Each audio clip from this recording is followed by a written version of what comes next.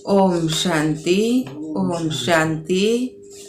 आज बाबा के 20/12/2022 के महावाक्य प्रातः मुरली। ओम शांति। बाप दादा मधुबन। बाबा ने कहा, मीठे बच्चे जी बाबा, तुम्हें खुशी होनी चाहिए कि हम अभी ये दुनिया, यह सब कुछ छोड़ अपने घर शांति धाम जाएंगे, फिर सुख धाम में आएंगे। प्रश्न दिया बाबा ने, इस नाजुक रास्ते में निरंतर आगे बढ़ने के लिए कौन सी खबरदारी जरूर रखनी है? उत्तर दिया है, कभी भी कोई व्यर्थ व शैतानी बातें सुनाए तो उसका मित्र नहीं बनो।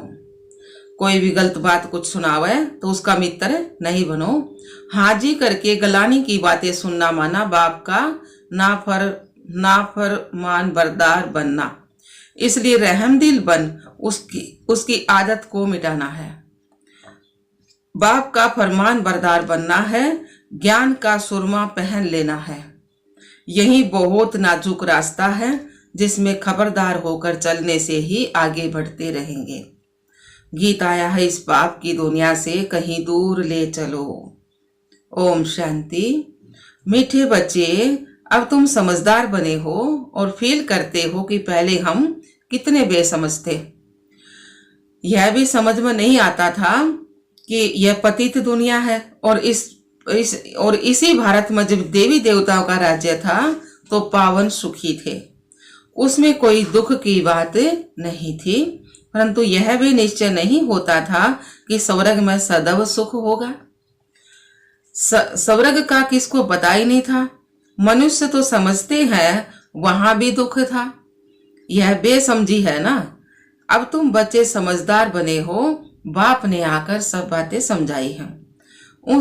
उनकी श्रीमत पर तुम चल रहे हो। मनुष्य कहते भी हैं कि यह पतित दुनिया है। स्वर्ग पावन दुनिया थी।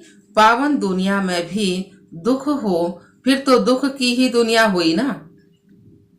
फिर गीत भी रोंग हो जाता है। तो कहते हैं, हे बाबा, ऐसी जगह ले चलो जहां आराम और सुख और चैन हो। बच्चे यह भी जानते हैं कि स्वर्ग सोने की चिड़िया था, देवी देवता थे। कहते भी है ना, हम एक दो को दुख नहीं देते थे। परंतु फिर कह देते हैं कि यह दुख सुख सब परंपरा से चला आता है। कृष्ण पर भी झूठे कलंक लगा दिए हैं।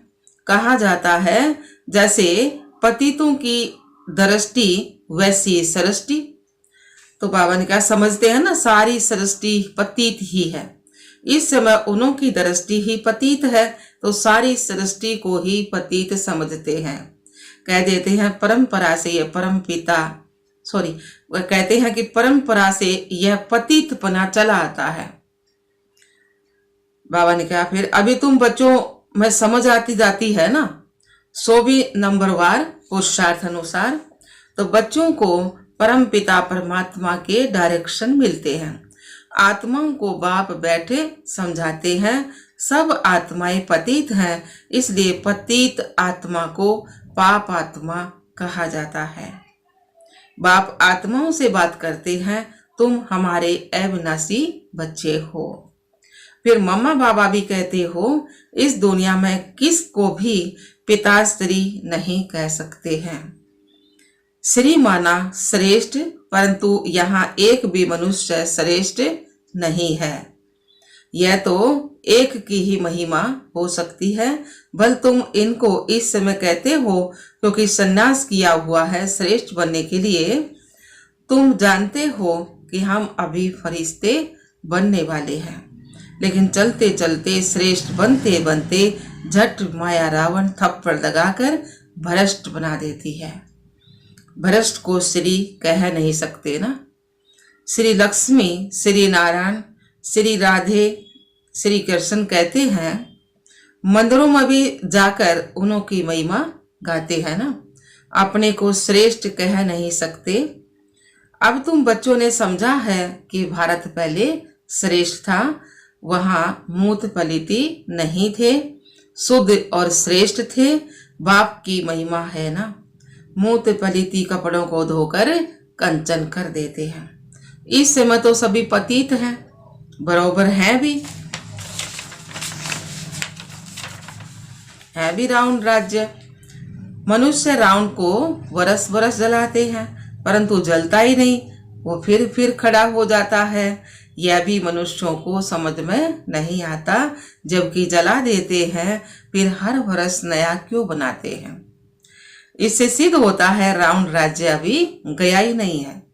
स्वर्ग में जब राम राज्य होता है तब वहां रावण की एफिजी निकालेंगे नहीं। सतयुग में राम का राज्य होगा तो तब वहां रावण की एफिजी नहीं निकालेंगे। कहते हैं रावण को जलाया फिर लंका को लूटा। रावण की लंका सोनी बताते हैं परंतु ऐसा है नहीं।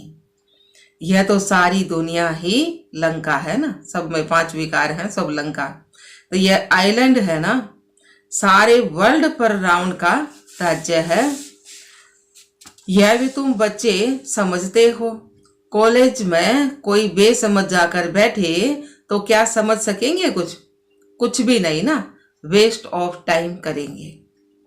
तो ये भी ईश्वरीय कॉलेज है ना बाबा का, तो यह ईश्वरीय कॉलेज है। इनमें नया आदमी कोई समझ नहीं सकेंगे, इसलिए 7 रोज क्वार्टर टाइम में बिठाना पड़ेगा, 7 रोज का कोर्स कराना पड़ेगा जब तक लायक बने। फिर भी अच्छा आदमी रिलीजियस माइंडेड है तो उनसे पूछना है, परम पिता परमात्मा तुम्हारा क्या लगता है? वह है आत्माओं का पिता, और प्रजा पिता भी तो बाप है ना। यह पॉइंट्स बड़ी अच्छी है, परंतु बच्चे इस पर इतना हर्षित नहीं होते हैं। बाप कहते हैं तुमको नई नई पॉइंट्स सुनाता हूं जिससे तुमको नशा चढ़े, किसको समझाने की युक्ति आए। तुम फार्म भराकर पूछ सकते हो कि परम पिता परमात्मा से तुम्हारा क्या संबंध है। कहेगा परम पिता तो पिता हुआ ना, फिर उस समय सर्वव्यापी का ज्ञान ही उड़ जाएगा। जब प्रश्न पूछेंगे तो कहेंगे वह तो बाप है, हम सब बच्चे हैं। इतना मान ले तो भी लिखा लेना चाहिए, प्रजापिता के भी तो फिर बच्चे ठहरे ना। तो वह शिव हो गया दादा और वह है बाबा। तो शिव बाबा स्वर्ग की स्थापना करने वाला है तो जरूर उनसे ही वर्षा मिलेगा। बहुत सहज बातें निकालनी पड़ती हैं। मित्र संबंधी आदियों के पास भी जाओ, उनको भी ये समझाओ। यह तो नशा है ना कि हम बाप दादा से वर्षा लेते हैं। माता से वर्षा नहीं मिलेगा, बाप को ही स्वर्ग की स्थापना करनी है ना, वही मालिक है। जैसे इनको दादे के वर्षे का हक है वैसे पोते पोतियों को भी हक है ना। बाप कहते हैं मुझे याद करो। ऐसे नहीं कहते कि इस देहधारी को भी याद करो। ब्रह्मा बाबा को नहीं कहते ना याद करने की, शिव बाबा को याद करो। बाप सम्मुख बात कर रहे हैं। कल पहले भी ऐसे समझाया था, 5000 साल पहले भी बाबा ने ऐसे ही समझाया था। हाँ, तो बाबा ने कहा, हाँ लाइन छूट गई बाबा। बाप कहते हैं तुम आत्माएं, बाप कहते हैं हे आत्माएं। हाँ, बाप सम्मुख बात कर रहे हैं। कल पहले वह समझा था, परंतु बच्चों को देह अभिमान बहुत आ जाता है, देहधारियों से लव हो जाता है ना।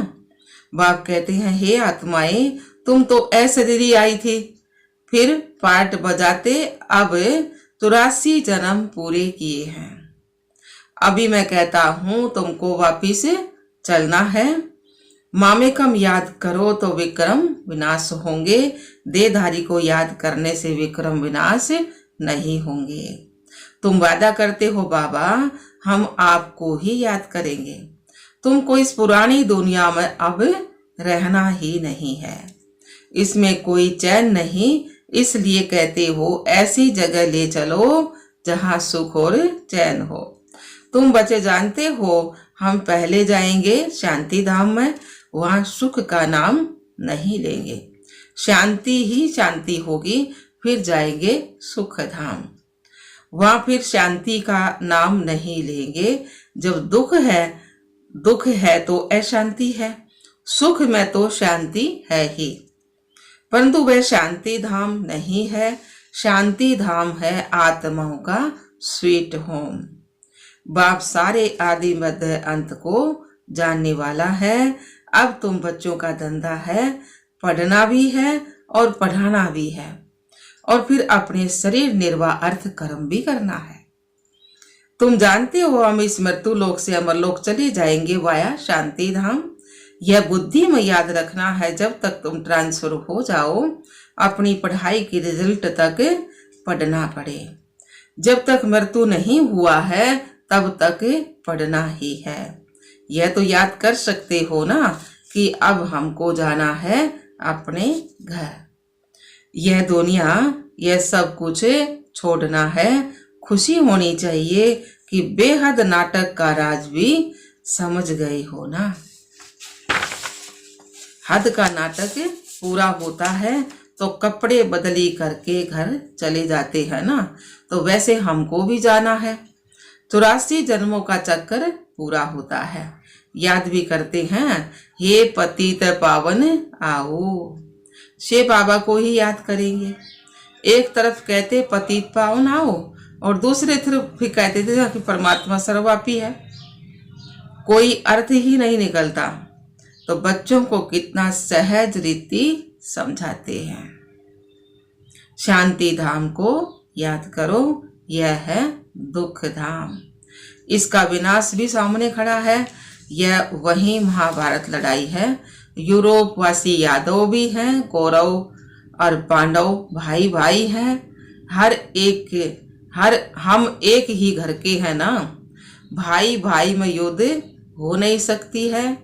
यहाँ तो युद्ध की बात नहीं है, परंतु मनुष्यों का भी धंधा है एक दूसरे को लड़ाना। यह तो एक रस्म है। सब एक दो के दुश्मन है। बच्चा भी बाप का दुश्मन बन पड़ता है। मृत्यु लोक की रस्म रिवाज भी सबकी अपनी अपनी है। बाप का प्लान देखो कितना बड़ा है। सबके प्लान खत्म कर देते हैं और सुख धाम की स्थापना करते हैं। बाकी सबको शांति धाम में भेज देते हैं। तुम बच्चे देखते हो हम किसके सामने बैठे हैं। निश्चय है परम पिता परमात्मा ज्ञान का सागर है। इन आर्गन्स द्वारा हमको नॉलेज दे रहे हैं। और कोई सत्संग ऐसा होगा क्या? तो बाबा ने कहा यहाँ बाप सामने बैठ समझाते हैं। जानते हो बाप हम आत्माओं से बात करते हैं, हम कानों से सुनते हैं। बाबा इस दादा के मुख द्वारा बोलते हैं। जो रतन बाबा के मुख से निकलते वही तुम बच्चों के मुख से निकलने चाहिए। सदैव मुख से रतन ही निकले। फालतू शैतानी बातें सुननी भी नहीं चाहिए। कई तो बड़ी खुशी से बैठ सुनते हैं। बाप कहते हैं ऐसी बातें सुनो व किसको करते हुए देखो तो बाबा को बताओ। बाबा फिर समझानी देंगे। नहीं तो वह पक्के हो जाते हैं ना। परंतु ऐसा होता रहता है। बाबा को सुनाते नहीं हैं कि बाबा यह फालतू बातें सुनाते हैं। इनको मना की जाए तो आदत मिट जाए। बाप सभा में समझाएंगे, परंतु ऐसे के फिर मित्र बन जाते हैं। माया अच्छे अच्छे बच्चों की बुद्धि भी पत्थर बना देती है। बाप के फरमान बरदार बच्चे बनते ही नहीं है। बड़ा नाजुक रास्ता है।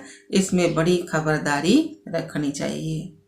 रहम दिल भन किसमें आदत है तो मिटानी चाहिए। हाजी करके सुनना नहीं चाहिए।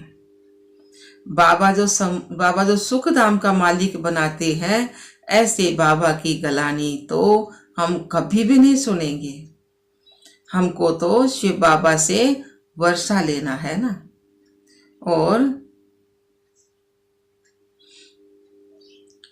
और बातों से क्या ताल्लुक। कोई सुने ना सुने, हम तो ज्ञान का सुरमा पहन लेना। कोई ज्ञान अंजन पाते हैं, कोई तो फिर धूल अंजन पाते हैं। तो उससे ज्ञान का तीसरा नेत्र खुलता नहीं है। बाबा इतना तो सहज कर समझाते हैं जो कैसा भी रोगी अंधा लंगड़ा हो वह भी समझ जाए। अलफ और बे दो अक्षर है ना, अलफ माने बाबा, बे माने बादशाही। बाबा और बादशाही दो अक्षर हैं। तो बाप समझाते हैं बच्चे मित्र संबंधियों आदि से दोस्ती रखो, बहुत बहुत मीठा बनो। तुम्हारा काम ही है बाप का परिचय देना। भल दुश्मन हो तो भी मित्रता रखनी है, बहुत मीठा बनना है। बाप कहते हैं तुमने आसुरी मत पर मुझे कितनी गाली दी है, कितना मेरा अपकार किया है, फिर भी मैं तुम पर कितना उपकार करता हूँ। ईश्वर का अपकार होना भी ड्रामा में नूंद है। तब तो कहते हैं ना यदा यदाई धर्मस्य, जब जब भारत के धर्म की गलानी वो है तो भगवान ने धरती पर आना पड़ा है। तो आया भी बाबा भारत में है, समझा भी रहे हैं। बच्चों को हर एक बात अच्छी रीति समझनी है। किसकी तकदीर में नहीं है तो फिर वही आसुरी धंधा करते रहेंगे। अब यह निंदा करना तो छोड़ दो। तुम्हारा नाम तो लिखा हुआ ना प्रजापिता ब्रह्मा कुमार कुमारियां, समझ जाएंगे शिव के पोते पोतरियां ठहरे, जरूर स्वर्ग का वर्षा मिलता होगा। भारत को वर्षा था, अब नहीं है, फिर अब मिलता है। सतयुग में फिर सूर्यवंशी ही थे। अब तुम बाप को याद करो तो विक्रम विनाश होंगे और वहां पहुंच जाएंगे। कितना अच्छी रीति समझाते हैं। तुम बच्चों को भी सर्विस करनी है, परंतु पहले अपनी वर्ती भी अच्छी चाहिए। सिर्फ पंडित नहीं बनना है, पक्के योगी राज ऋषि होंगे तो दूसरे को तीर लगेगा।